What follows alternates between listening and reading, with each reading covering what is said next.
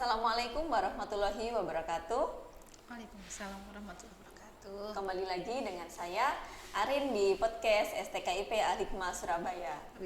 Hari ini kita sudah kedatangan tamu dari Lembaga Pengembangan Profesi Guru, Ustadzah Agustin Ernawati MPD. Apa kabarnya Ustadzah? Alhamdulillah. Bagaimana Ustadzah Arin? Sehat? Alhamdulillahirabbil alamin. Bersyukur sekali ya kita bisa bertemu dan berbincang-bincang di podcast hari ini dalam keadaan sehat walafiat.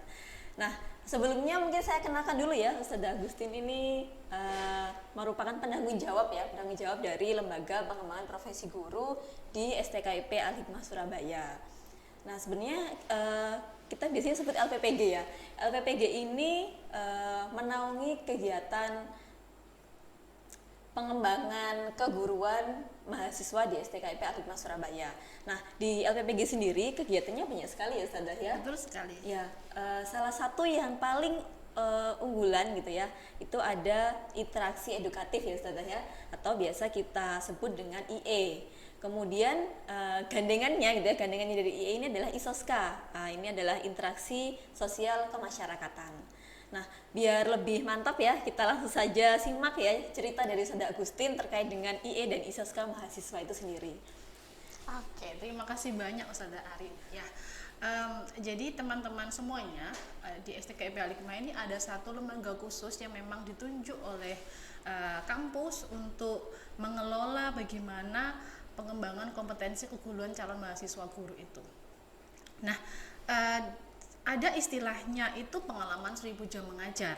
Nah, untuk mencapai pemerolehan 1000 jam mengajar ini ada 2 program unggulan yang mungkin kalau kita telusuri sebenarnya ada loh di kampus lain, tapi dikemas berbeda di kampus ini. Jadi kalau di kampus lain teman-teman mengenal namanya PPL, program pengalaman lapangan, kalau kami punya istilah khusus namanya interaksi edukatif. Ya. Apa yang membedakan? Yang membedakan di sini yang paling tampak adalah waktu pelaksanaannya. Kalau di kampus lain mungkin dilakukan di semester 7 seingat saya. Tapi kalau di kampus ini sejak semester 1 mahasiswa sudah difasilitasi untuk terjun langsung ke sekolah, menjadi teman belajar guru atau menjadi semacam mitra guru yang pastinya bertahap. Jadi tahun pertama itu mahasiswa akan diterjunkan langsung mendampingi guru sebagai pengamat, sebagai mitra guru dalam merencanakan pembelajaran. Lalu bertahap mereka akan diajak untuk belajar membuka menutup pembelajaran sampai nanti dia itu akan mahir mengajar di tahun ketiganya. Jadi begitu Ustadzah Arin, itu membedakan di sana. Jadi kami setiap semester itu akan mendorong mahasiswa untuk ke lapangan langsung, ke sekolah langsung. Meskipun nanti kalau diakumulasikan itu bisa lebih dari 20 SKS. Jadi kalau di kampus lain kan hanya 2 SKS. Di sini mungkin ya lebih lah 20 SKS. Itu belum ketambahan mata kuliah micro teaching, mata kuliah keguruan lainnya. Jadi IE itu merupakan salah satu program untuk mencapai pengalaman 1000 jam mengajar. Wah, luar biasa sekali ya. Ini berarti sampai 1000 jam gitu ya, selama semester 1 sampai semester 7. Ya. Nah, ini biasanya yang paling sering ditanyakan gitu ya. Biasanya apakah langsung mengajar gitu kan ya? Ternyata tadi sudah kita temukan jawabannya, ternyata tidak gitu ya.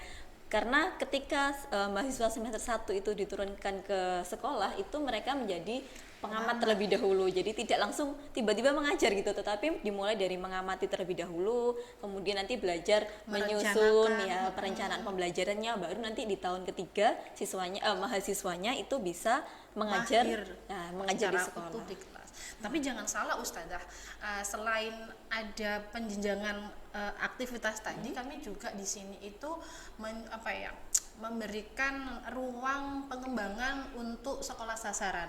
Jadi kalau kita lihat selama ini yang namanya IE itu kan atau PPL misalnya, PPL itu kan satu sekolah khusus gitu. Kami tidak, di sini itu teman-teman diajak untuk belajar di sekolah yang beragam, dari sekolah dari sekolah yang kualitasnya dilihat dari akreditasinya itu masih B gitu ya, sampai sekolah internasional.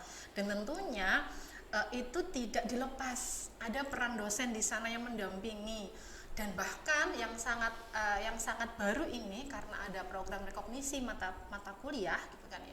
Jadinya program I itu terintegrasi dengan mata kuliah tertentu di setiap semesternya. Jadi tidak akan lepas begitu saja, tapi ada integrasi ke mata kuliah, Ustaz. Jadi saya rasa akan berbeda dan akan lebih menyasar ke pengembangan kompetensi guru. Wah, ini berarti ini ya sangat komprehensif ya. Jadi si Insyaallah. mahasiswanya tidak hanya terjun ke lapangan, tetapi juga didampingi oleh dosennya, kemudian juga terintegrasi dengan mata kuliahnya. Betul gitu ya. sekali. Sehingga nanti tugasnya tidak terpisah gitu ya, Ustazah ya. Betul. Ya, jadi nanti untuk pengamatan barangkali dia nyambung dengan mata kuliah di satu dosen di prodi tersebut, kemudian nanti di semester yang berikutnya nanti akan nyambung ke mata kuliah yang lain seperti itu ya. Betul sekali. Wah, ini menarik sekali ini. Berarti mahasiswa di STKP Al-Hikmah Surabaya ini pengalamannya sangat banyak sekali ya.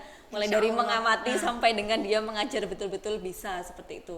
Bahkan tadi kalau kita menyimak, sekolahnya tidak hanya, mohon maaf, sekolah yang akreditasinya B gitu ya, tetapi mulai dari B sampai sekolah internasional. Berarti otomatis bahasa Inggrisnya juga pasti dikembangkan gitu ya untuk mahasiswa sendiri.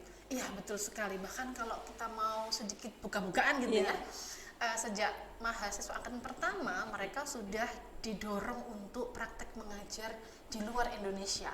Ada yang di ASEAN, ada bahkan sampai ke Turki, ke Jepang gitu kan. Jadinya ruang kalau kita mengatakan ruang untuk mereka itu berkenalan atau berinteraksi dengan sekolah itu bukan hanya di Indonesia tapi juga di luar Indonesia, Ustazah.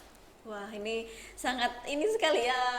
Belum tentu ini ada di kampus yang lain gitu. Betul ya, karena sekali. Kesempatannya juga barangkali belum tentu ada gitu. Karena di sini mahasiswa ini selalu didorong untuk ya go internasional gitu ya. Jadi kalau bisa mengajar di sini dan dia juga bisa mengajar di luar negeri seperti itu. Oke, ini sangat menarik sekali topiknya ya, karena sepertinya bahasan kita akan jauh lebih panjang, apalagi nanti untuk menyambung ke kegiatan interaksi sosial kemasyarakatan. Kita lanjutkan podcast di pertemuan berikutnya, di sesi berikutnya ya. Wah, saya kira sekarang. Oke. Ya, jadi sabar dulu ya, mohon bersabar bagi penonton yang masih kepo gitu ya, apa ya ISOSKA gitu ya. Bagaimana kegiatan ISOSKA itu di STKP Al-Hikmah Surabaya. Jangan lewatkan di podcast selanjutnya. Kita tutup podcast untuk hari ini. Assalamualaikum warahmatullahi wabarakatuh. Waalaikumsalam.